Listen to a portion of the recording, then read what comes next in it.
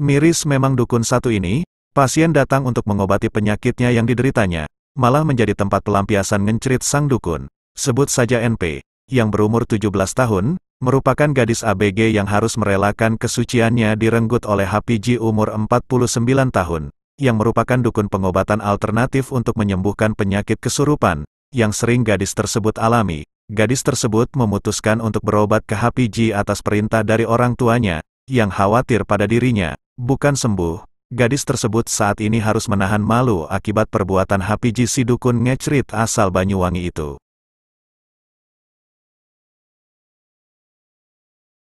Setelah dibawa ke tempat praktek pengobatan alternatif milik HPG, gadis ABG yang sering kesurupan tersebut divonis sang dukun sedang mengandung anak jin. Hal itulah yang membuat si gadis sering mengalami kesurupan. Namun, itu adalah modus yang digunakan sang dukun untuk melakukan penyembuhan kepada gadis tersebut yang diduga sering mengalami kesurupan karena telah mengandung anak jin, sehingga sang dukun bisa ngencerit sang gadis.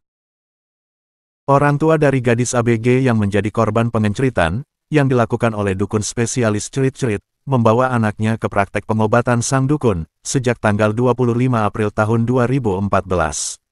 Dan sejak saat itu korban selalu dienkrit dukun tersebut. Gadis tersebut yang masih kelas 3 SMA itu, pertama kali dienkrit pada tanggal 25 April tahun 2014, dengan dalil penyembuhan.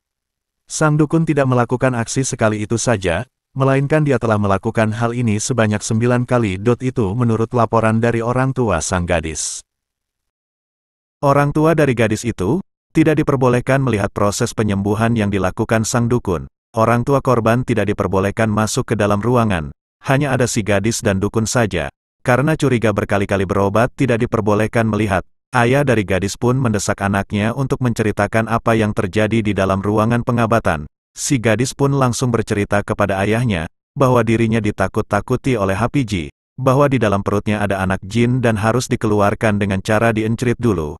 Karena takut, akhirnya gadis tersebut rela diencerit oleh dukun tersebut. Dengan modus untuk mengusir anak jin tersebut, sang dukun bilang harus dilakukan pengusiran dengan cara dipijat dan juga diencerit.